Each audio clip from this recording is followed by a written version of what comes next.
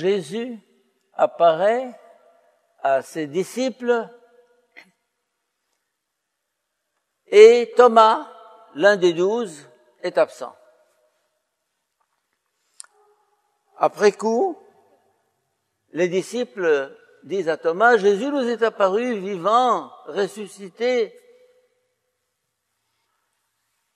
Thomas leur dit, si je ne mets pas mon doigt dans ses plaies et ma main dans son côté, je ne croirai pas. C'est ce qu'on appelle la méthode expérimentale qui a été mise à la mode par un moine irlandais, Roger Bacon, au XIIIe ou XIVe siècle. Ne croire qu'à ce qu'on voit, qu'à ce qu'on touche, qu'à ce qui frappe les sens.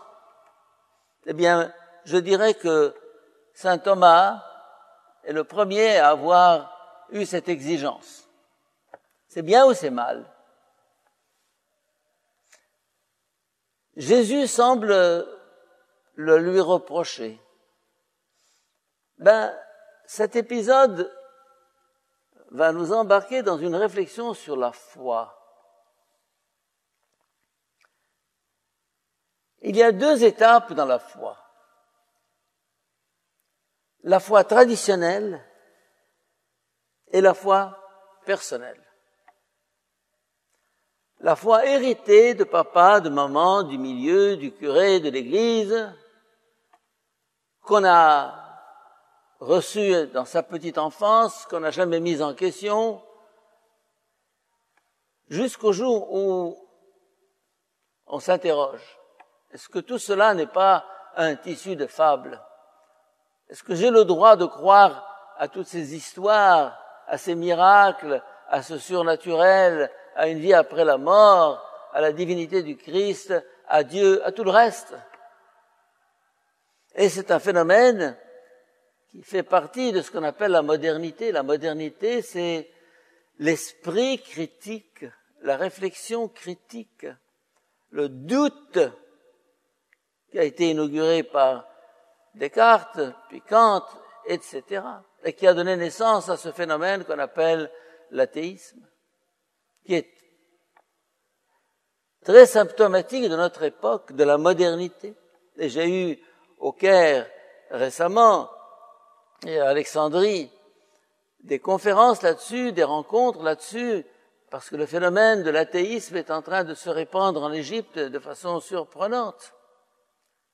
Alors, la foi. A-t-on le droit de rester dans cette foi d'enfance, cette foi simple, naïve, la foi du charbonnier, comme on disait autrefois, ou bien a-t-on le droit de la remettre en question? A-t-on le devoir de la remettre en question? Eh bien, je suis pour justement cette question. 1000 questions qui ne font pas un doute en même temps. C'est pas que je doute, mais je demande des arguments, je demande des preuves, je demande à voir clair, je demande à passer au crible cette foi reçue. Qu'est-ce que tout cela signifie? Est-ce qu'il y a une logique au mystère chrétien? Tous mes livres visent justement cela. Y a-t-il une logique au mystère chrétien?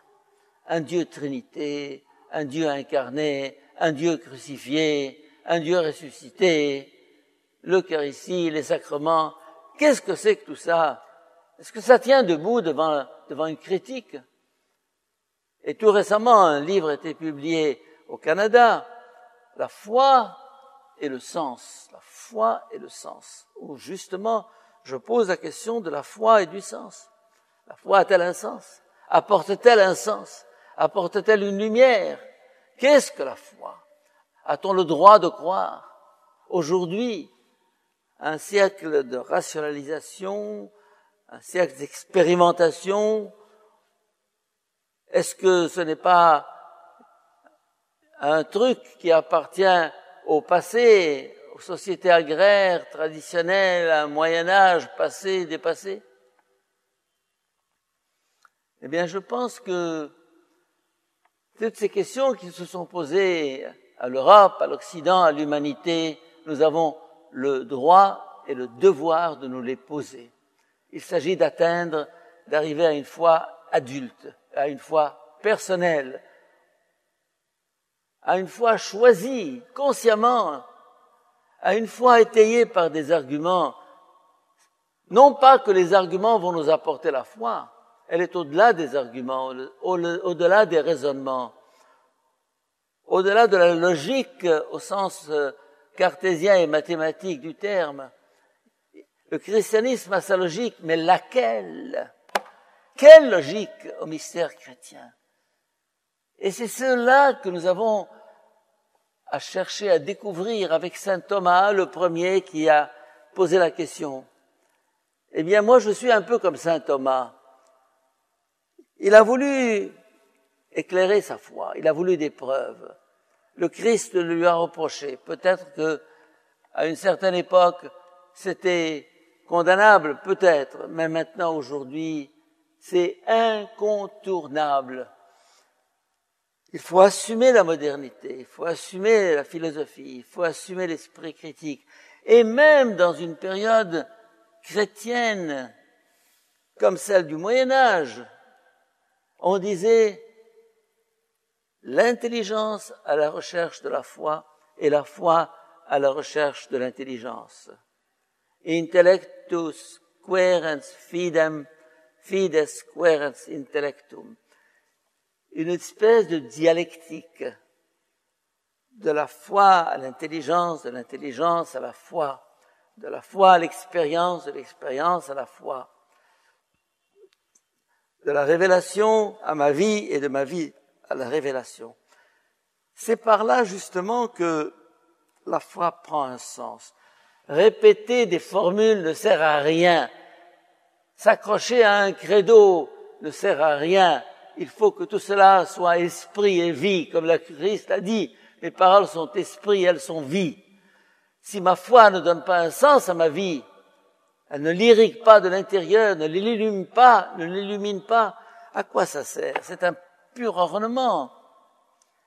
Eh bien, la lumière de cet évangile d'aujourd'hui, ayons le courage de risquer notre foi, de risquer notre foi, de risquer des questions, de ne pas les étouffer, les enterrer, et ceux qui nous interrogent, avoir le courage et l'honnêteté d'aborder ces questions sans détour, sans mensonge.